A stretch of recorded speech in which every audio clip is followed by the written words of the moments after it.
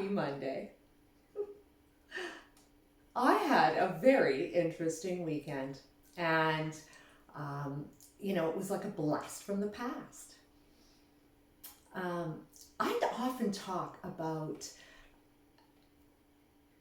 empowering yourself, and sometimes the necessity of getting rid of influences and negative influences around you. And I had an interaction on Facebook with an old high school friend. And it's funny because I have been on Facebook with these people from high school. But I never saw them a day after high school. Not one of them, except for my best friend and then another girl that we chummed in high school. Other than that, I never saw a single soul. I didn't like it there at all. Why? Well, because every time I went, every single day of my life, I got called weird, and I got called, always the jab, jab, jab, but it was, I didn't fit in, straight up. I wouldn't wear blue jeans. It wasn't my thing. In fact, I didn't wear them until I was more, over 35. Quite honestly, I wouldn't put them on. I lived in dresses. I had not a nice high school experience. In fact, I didn't even go. My best friend and I, we didn't even go to our own graduation party. We didn't. In fact, when I was 16, I had a car because we lived in the country. And, my 16th birthday, I got a car, and my dad helped me fake my license so that we could go to town to go to the dance clubs instead of hanging out with them. I was friends with, the pretty girl in high school, and she was bloody gorgeous, drop dead. And of course, the worst part of it is she was nice. And, the mean girls didn't like that. And I knew who those mean girls were because they started a lot of rumors and said a lot of nasty things about my friend. And I spent many an hour comforting my friend from her tears. And even once, saying she wanted to kill herself, which, I didn't take that seriously at the time, but it was really sad. So, when Facebook came out, some of these people came my way, and, I hear nothing from any of them, except there is the odd few, don't get me wrong, and it wasn't all that bad, meaning that not all the people were bad. Lots of them were really good. They were just very silent, and they went along with it. So, I harbor no resentment towards any of them. But these people came out of the woodwork a couple months ago when I started going hot on geoengineering. And I found it really interesting that the only time I did hear from them in a comment was with a very snarky undertone.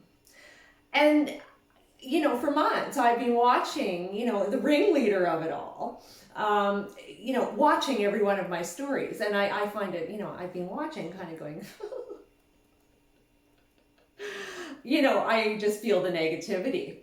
And I know they're talking amongst themselves because I see the likes and, that sort of thing. So I just thought, wow. But, here's hopeful me thinking, well, maybe I can educate them. And,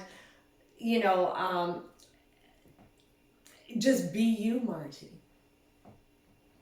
Do what you do. Well, I left a rather provocative remark on one of my posts the other night, and I had one of them jump. And when he did it, I knew damn well his sister put him up to it. Or they were working together. And in high school, I always thought they were kind of working together, but he was always the nice guy. So I mistook I mistook his genuine nature. In any case, I didn't mistake it the other day. And when I actually explained my position as to why I came to that conclusion, he was inferring that I was a Islamophobe. And I responded, but I got nothing back except for the fact the next day I got a little remark that, yeah, I knew it, kind of thing. And I thought, wow. So what I did was I called them, which I should have done over 2 months ago when I first identified the behavior. The same behavior I saw in high school. Now, in fact, they're all friends still. Yeah, because nobody else will have them. In any case, this is the issue, because see, what happens is, you go, well, oh my God, if I unfriend that person, this person's not going to like it. And this is how they keep us in the toxicity. And this is how they also keep you silent on the issues that concern you, because you're afraid to be that odd one out. I never minded being the odd one out because I saw them as very small-minded, as young as 15 years old. I saw the bullying in high school. And for me, in those days, we didn't talk about bullying, okay? That wasn't a thing. My mom taught me early when I came home and cried to, suck it up. And that is what I've learned to do all these years.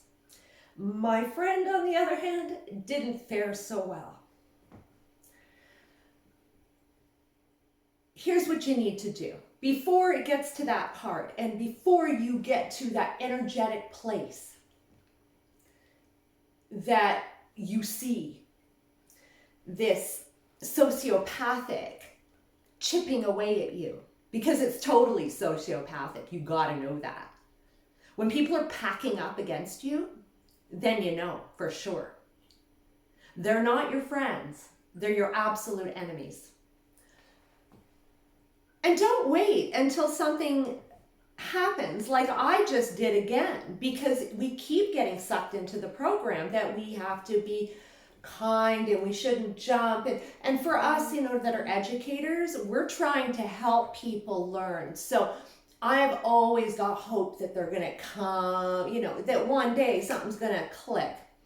But you got to know, with people like that, nothing's ever going to click because they hate you. They inspire hate. They've been doing it their whole lives.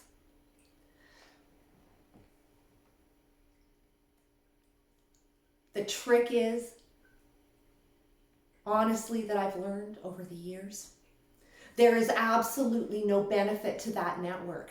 And what's happening is you're expending energy contending with the negativity that it inspires.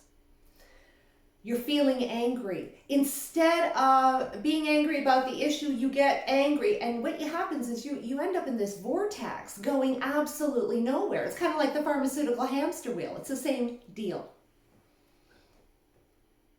And there's no escape, of course, until you cull them. Now, I culled 5 of them yesterday.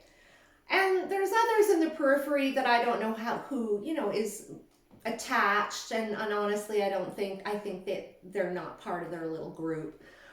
But when I see an indication of it, oh yeah, I'll call them too.